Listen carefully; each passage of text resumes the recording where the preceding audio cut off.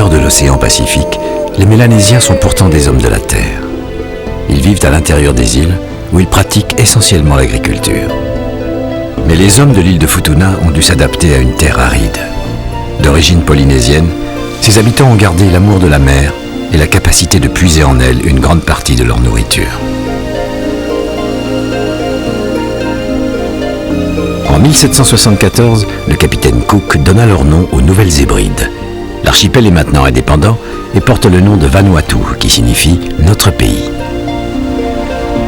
L'île de Futuna est située au sud de l'archipel. Son nom signifie « pierre » ou « roche ». Elle est très petite et très peu peuplée. À peine 200 habitants répartis en 5 villages.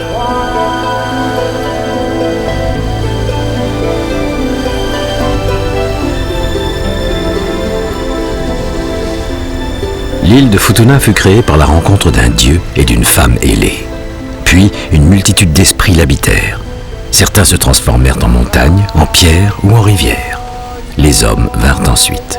Et parmi eux, il y eut un héros, un demi-dieu, que l'on nommait Hachichiki.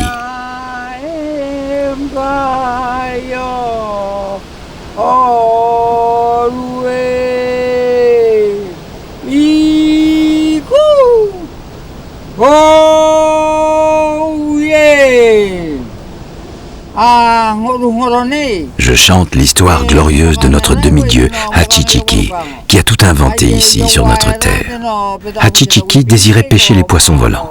La première fois, il voulut les harponner avec sa lance, mais ils étaient bien trop rapides, car les dieux avaient permis à ces poissons de s'envoler dans les airs. Il essaya ensuite avec un hameçon en bois, mais ce poisson était si puissant que sa bouche se déchira. Hachichiki eut alors l'idée de les saisir dans un filet, mais ils étaient si malins qu'ils sautèrent par-dessus. Le héros réfléchit. Il savait que ces poissons aimaient par-dessus tout la lumière du jour. Hachichiki fabriqua une torche, car celle-ci était capable d'emprisonner le jour autour d'elle. Puis, il partit en mer. Il s'aperçut alors que tous les poissons restaient autour de lui, volant en cercle, plongeant, sautant au-dessus de lui. Et Hachichiki put en capturer un très grand nombre.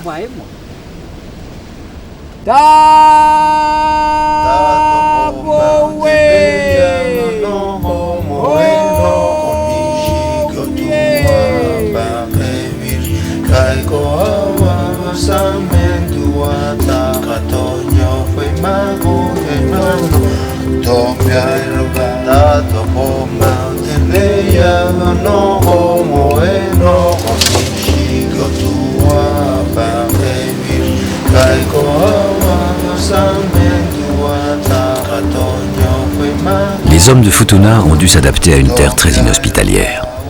Le relief de l'île est constitué de multiples falaises de différents niveaux, aux parois souvent abruptes. Pour se déplacer dans l'île ou d'un village à l'autre, les habitants ont dû ainsi installer aux endroits infranchissables des échelles de bois ou de lianes. Il faut les entretenir régulièrement du fait des éboulis ou des orages qui les endommagent souvent.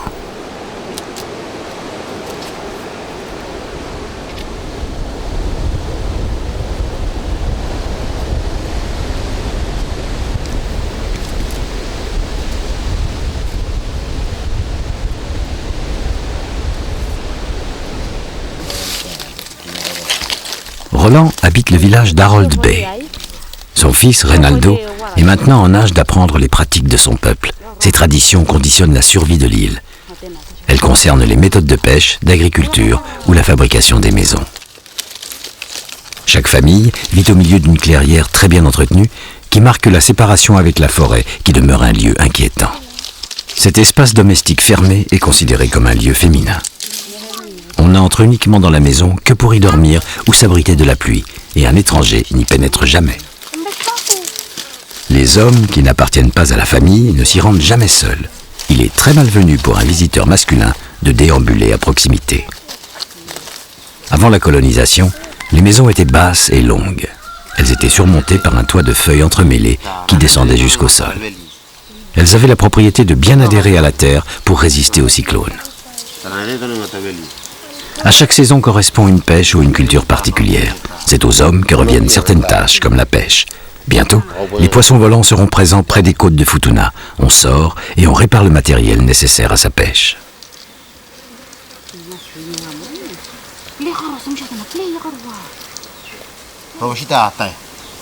Amirata ukatiranga kana.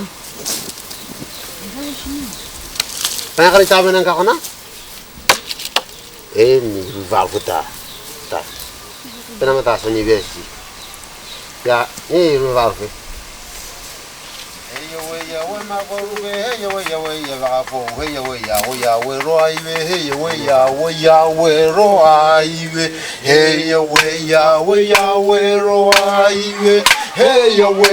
Le cochon, dans la tradition des îles, est loin de n'avoir qu'une fonction alimentaire. Une légende raconte qu'à l'origine, les cochons étaient des pierres précieuses. Elles se trouvaient sur des pirogues qui dérivaient sur l'océan. Quand ces pirogues touchèrent terre, par magie, ces pierres précieuses se transformèrent en cochons. Les cochons sont élevés essentiellement dans un but sacrificiel. On leur arrache les canines supérieures pour que les défenses inférieures poussent de façon démesurée, de manière à former un cercle. Ces cercles de dents sont ensuite considérés comme des objets sacrés qui permettent d'honorer les dieux.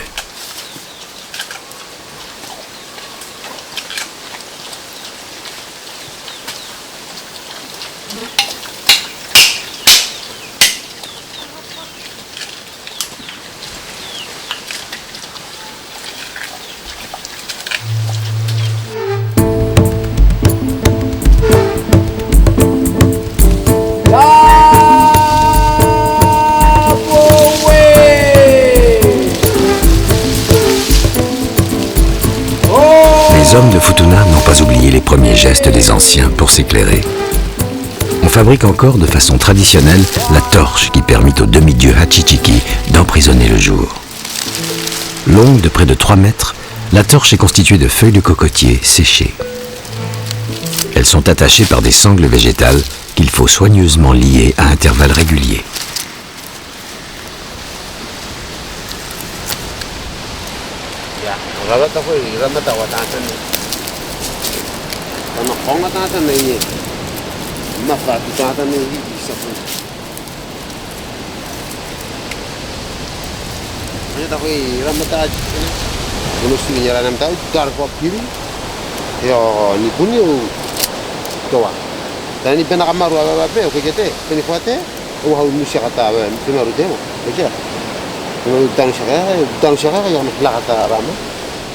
Tanoro, tak kuwi miasi mah. Tanah farang ben orang wit orang be. Tabel tanah. Tanah mo tira mo.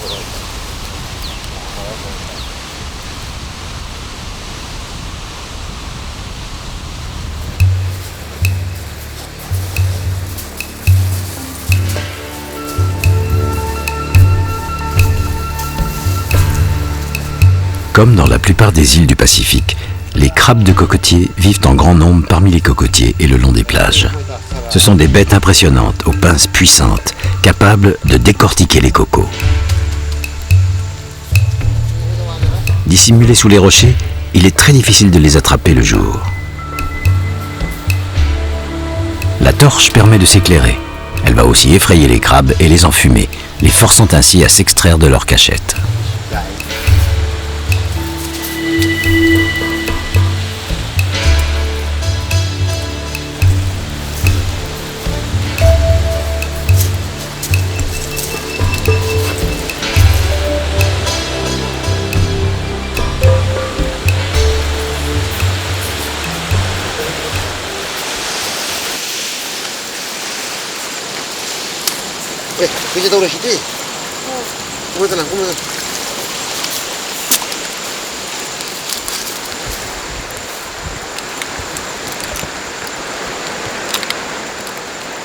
Une fois le crabe attrapé, reste à l'immobiliser.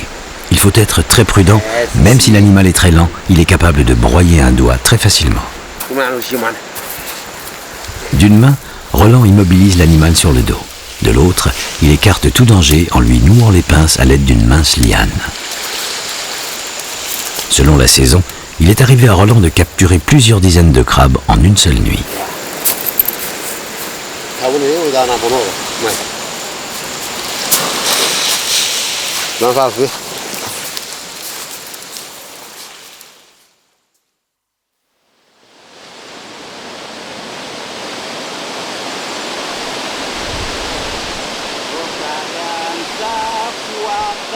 Pero caína, como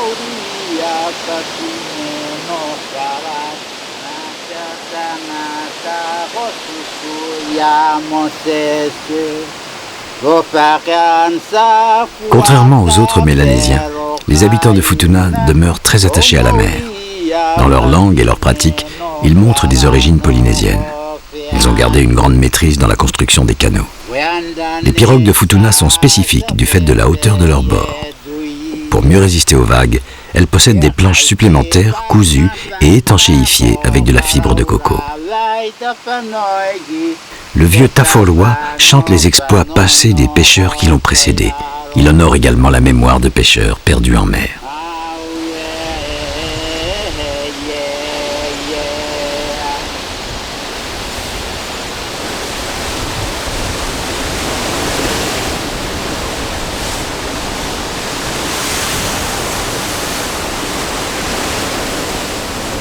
En vue de la pêche aux poissons volants, Roland vient regarder l'état de la mer.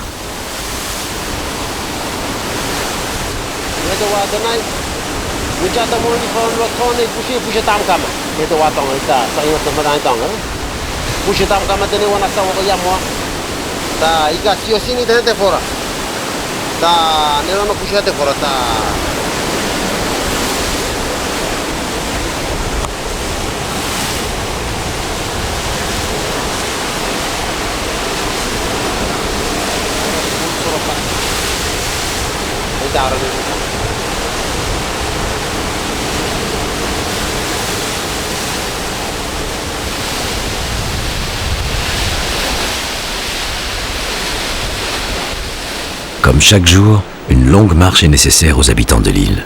Il va falloir grimper du bord de mer à une altitude de plus de 600 mètres. En haut de la grande falaise se trouve le jardin de l'île où poussent les taos.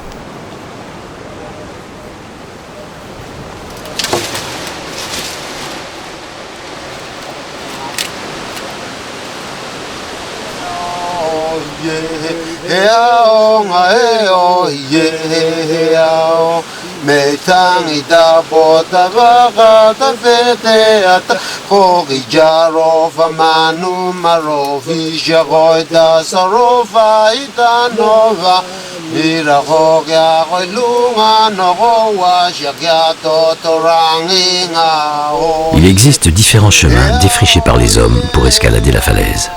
Il arrive qu'un arbre tombe en travers ou qu'un pan de falaise soit effondré. Il faut sans cesse l'entretenir et reconstruire de nouvelles échelles aux endroits devenus infranchissables.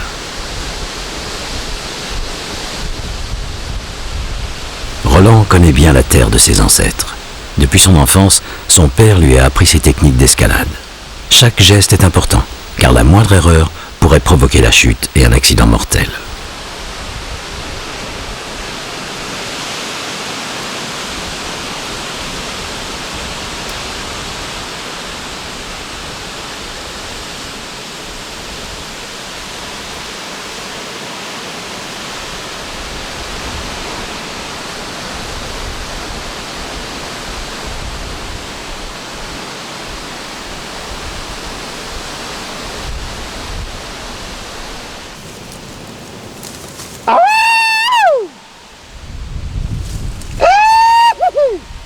Les habitants ont toujours su respecter cette terre. Elle est l'expression de leur liberté et elle les protège. Il faut remercier les génies. Ils ont permis aux hommes de vivre en harmonie avec une nature difficile.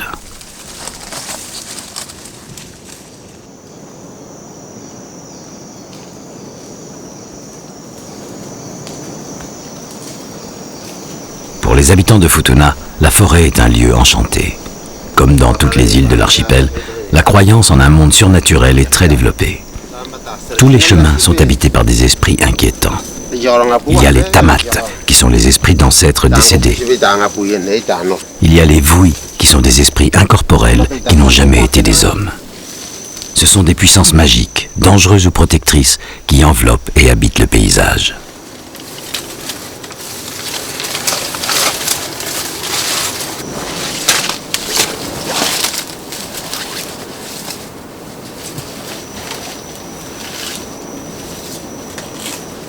Parfois, ces esprits prennent la forme d'une roche.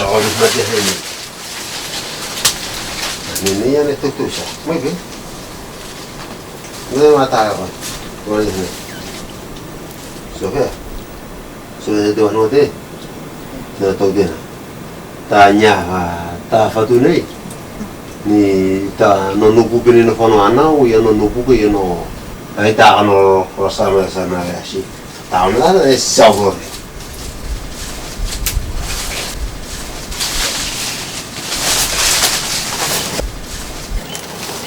Mata kayak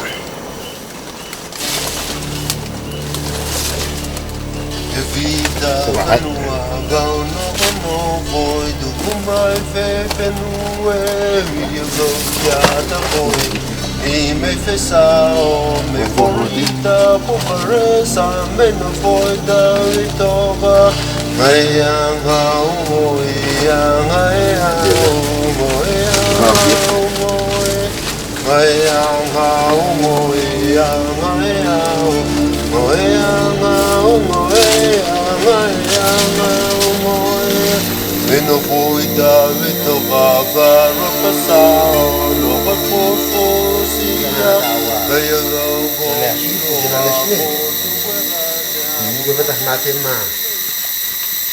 La plante du taro se cultive toujours à une altitude de 200 ou 300 mètres.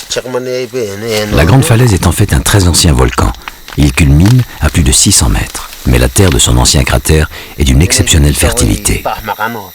Bien protégé des cyclones, ce jardin présente l'avantage d'être peu sensible aux années de sécheresse.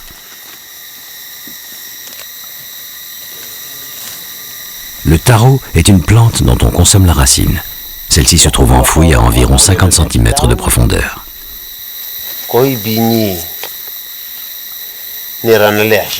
Le taro est la base de l'alimentation de l'île. Il sera cuit au feu de bois, cuit à l'étuvée, ou bien réduit en pâte et imprégné de lait de coco. Il sert aussi de monnaie d'échange. Contre lui, on peut obtenir du cochon, du poisson, ou bien rembourser ses dettes.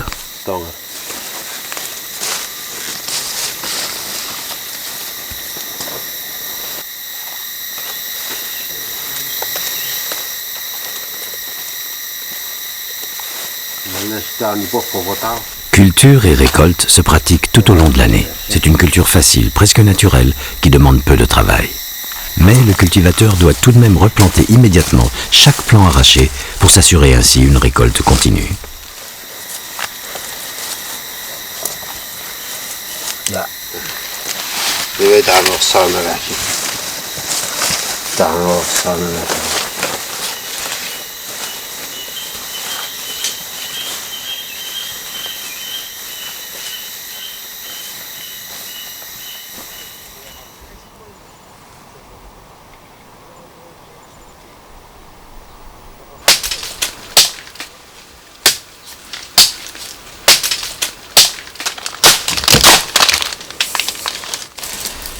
En prévision de la saison de pêche suivante, on confectionne des pièges à langoustes. Pour cela, il faut couper les racines d'un arbre étrange, le pandanus. Une partie de ces racines présente la particularité d'être aérienne. Partant de la branche, elles rejoignent la terre quelques mètres plus bas.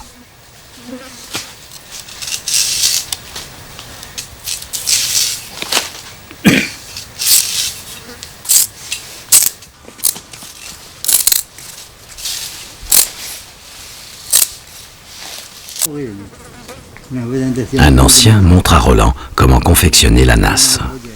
À Futuna, tout le savoir est détenu par les anciens. Ils sont les gardiens vivants de ce que l'on appelle la coutume.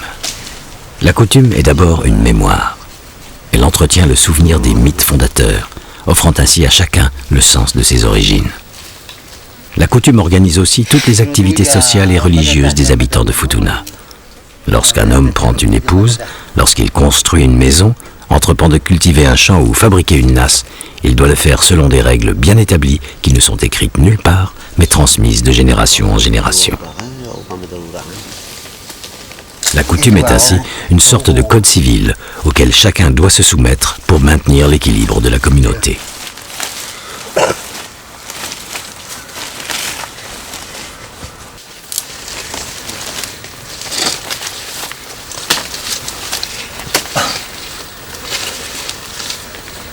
Le tressage de nattes ou de pièges est très répandu à travers le Pacifique.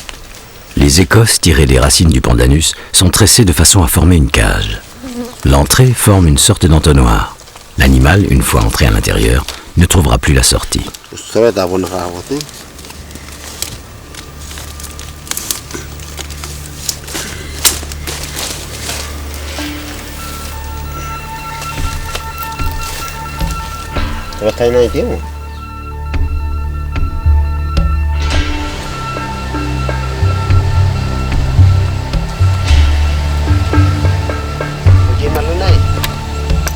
Autrefois, pour la pêche aux poissons volants, les pêcheurs devaient embarquer avec plusieurs torches de feuilles de palmier. On utilise maintenant des lampes à pression. La pêche est soumise à des conditions strictes comme le sens du vent, l'agitation des vagues ou la position de la lune. On ne pêche jamais pendant la pleine lune. Il y fait trop clair et la lampe du pêcheur n'attirerait plus les poissons.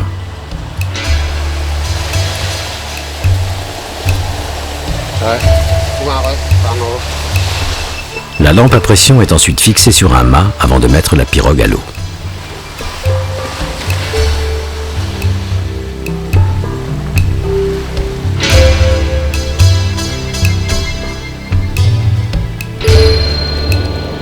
Attirés par la lumière, les bancs de poissons volants demeurent à une certaine profondeur sous la pirogue. Ce n'est que lorsque de nombreux requins se mettent en chasse des poissons que ceux-ci apparaissent à la surface en prenant la fuite. Roland doit alors s'en saisir avant qu'il ne soit dévoré.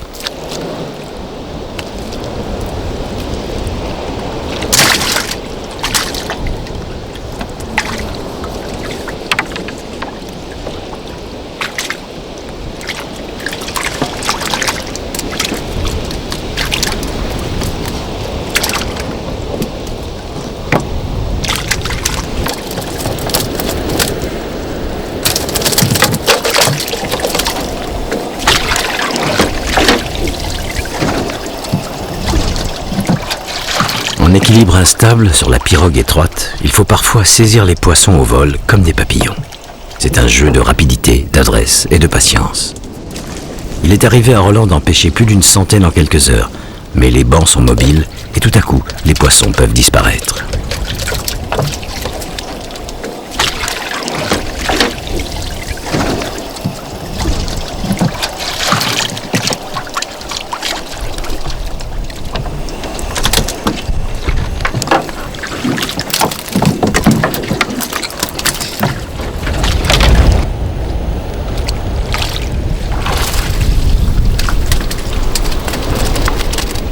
Cette pêche est la survivance des tout premiers temps où les hommes ont commencé à habiter cette terre.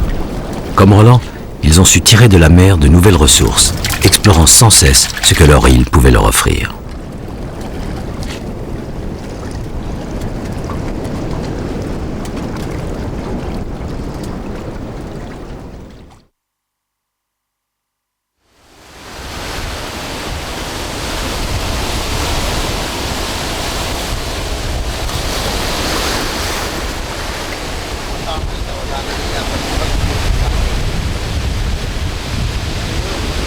Une nouvelle saison s'annonce, celle de la pêche à la langouste. On ne pêche la langouste qu'après la saison des poissons volants. Ici, aucune loi officielle n'impose le respect et la préservation des ressources naturelles. Elle est régie par la coutume. Forgée au fil du temps par des hommes qui ont appris d'une nature hostile qu'elle était capable de leur offrir ce qu'elle a de plus précieux.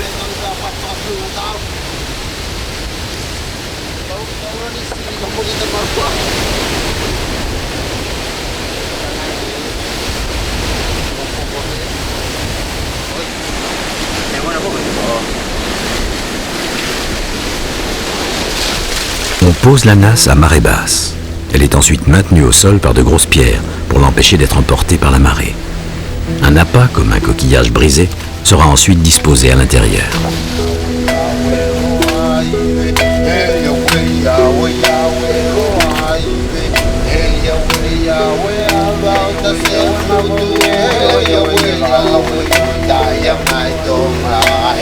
Il ne reste plus qu'à attendre que les bons génies de la mer soient favorables.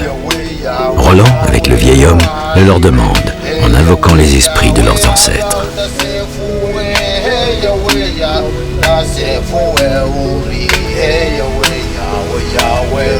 Ainsi va la vie sur la terre du Grand Rocher, où depuis toujours, les hommes, la forêt, la mer et les dieux ne forment qu'une seule et même nature.